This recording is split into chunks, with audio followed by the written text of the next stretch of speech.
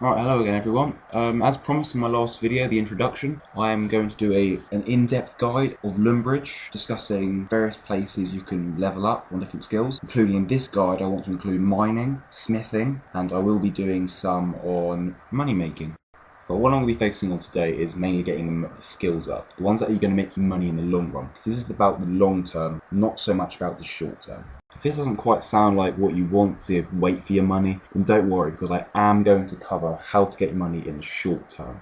What I should add at this stage is this is not a guide simply about making money, although it would appear so far. It is about just getting up your skills. It's about guides to every free player quest. Now, I've already done them all on this account, so what I will do if this turns out to be more popular than I expected, I will be making another account and I will be doing all the free player quests again.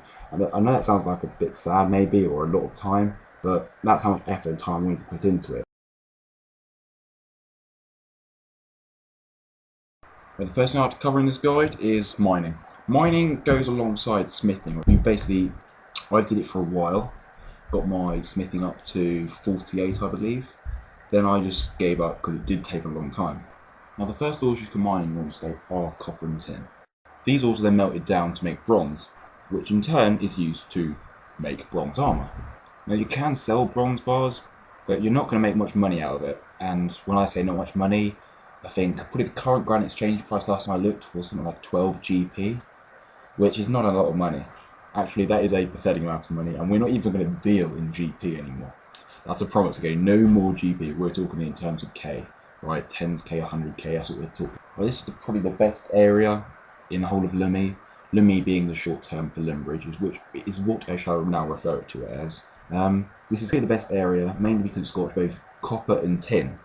Now, the bank isn't very close to it, but then again, there's no real mining spot that has a bank any closer to it with copper and tin. I mean, there's one in Varrock, which I will show you, but this is a pretty good one for beginners.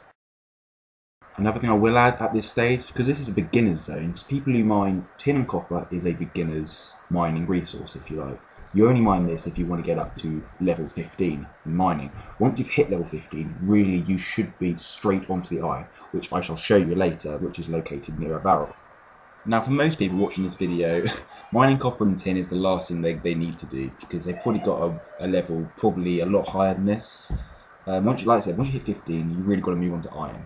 I'll quickly zoom through this to get the more experienced people on the right target. Once you've reached level 15, you should be mining iron. Once you've reached 30, you can mine coal, but I really wouldn't suggest it. I would keep going to level 40, banking the ores I go, which obviously I'll show you later on. By getting to level 40, you're guaranteeing that you're going to mine coal a lot quicker than you would at 30. And in the long term, this is definitely going to be the best way to go, because it's about saving time and how many resources you can get for that amount of time. And I will be doing an in-depth guide full of weird and wonderful mathematical calculations, where I'll put an end to all of this 400k an hour nonsense. Because to be honest, I know exactly to the second and to each gold piece how much money I can make per hour doing most things in the game, because I am extremely sad and have way too much time on my hands. No, I'm just kidding, but you'll be blown away by the amount of amazing mathematical schism that I will come up with, and you will be very impressed and you will subscribe. Anyway, back onto the guide. Right, where was I? Okay. Oh god. Mining. That's the one, right. I've just finished on coal, right.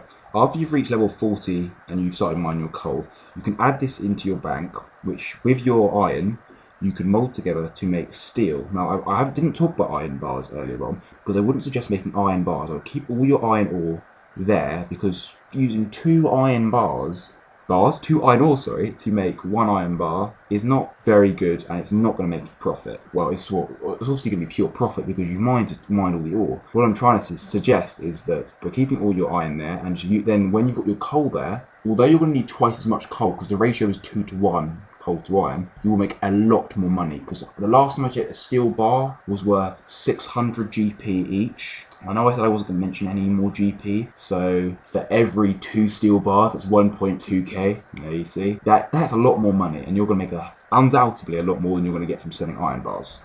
Right, moving swiftly on, You can sell your coal straight off. Last time I checked, it was worth 200 GP each. Iron bars, I believe, are worth 80 GP each. Iron bars, iron ores. This is not going too well. Oh well, I'll keep going. I won't edit this. Maybe it'll not be hated.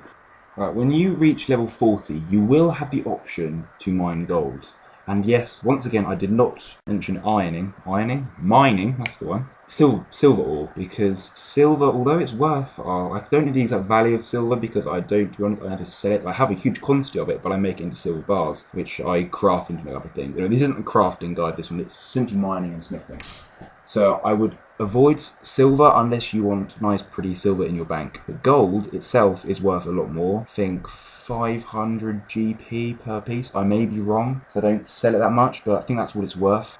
Well, I better continue. Right, the next thing after your gold, when you hit level 55 mining, that is a great achievement because you can start mining mithril. Now, if you're someone like me who, when they've reached level 55, went straight to Alcor and like, whee, whee, I can now mine mithril. You start mining it and you realise every 2 minutes you're getting 1 ore and you're like, this is rubbish, and then you give up on mining, which I didn't, thankfully. I really would not suggest mining it until you're around 60 plus. So if you want to know what to mine till then, if you're not still mining iron at this point, and you're mining coal, that is a good idea. Just keep mining coal and making steel bars, because you're going to need smithing experience, because to start making mithril armor, if that is the path that you want to go down, then you're going to want to save up on your coal ore. The next thing that you will then be able to mine is adamant, followed by rune. Now I have not even got to this level yet, so I can't really discuss it, but I did used to, before the Grand Exchange came along, used to merchant it, and so I knew the market for it. I knew how to sell it. I knew how to buy it. But anyway, that really is not important. Basically, I hope this guide has helped you somehow, somewhat. It really depends on what road you want to go down. If you want to make sheer profit, then you want to be mining in bulk. If you're wanting to level up, then I would really suggest dropping the ore as you go. Or if you're feeling generous like I do, if you're mining iron, like I was doing earlier by the Varrock Bank, then what I would suggest is just giving it to someone. You can do it with iron, you can't do it with things that are worth more than that. But give them the whole inventory, let them take it to their bank, and just say come back and I'll give you more. It's a nice gesture. And the time it takes you to trade your whole inventory to some person there, it's a lot quicker than dropping all of it. I will most likely and most probably make another guide on power mining, which is mining sheerly for experience. And I'll also be creating a separate video series on this channel, which will cover how long it takes to gather certain resources, so mining, wood cutting, smithing, basically how much experience you can make in that amount of time and how much money. And that it will be very useful for anybody who really wants to know the true statistics and mathematics behind how much money you can really make per hour.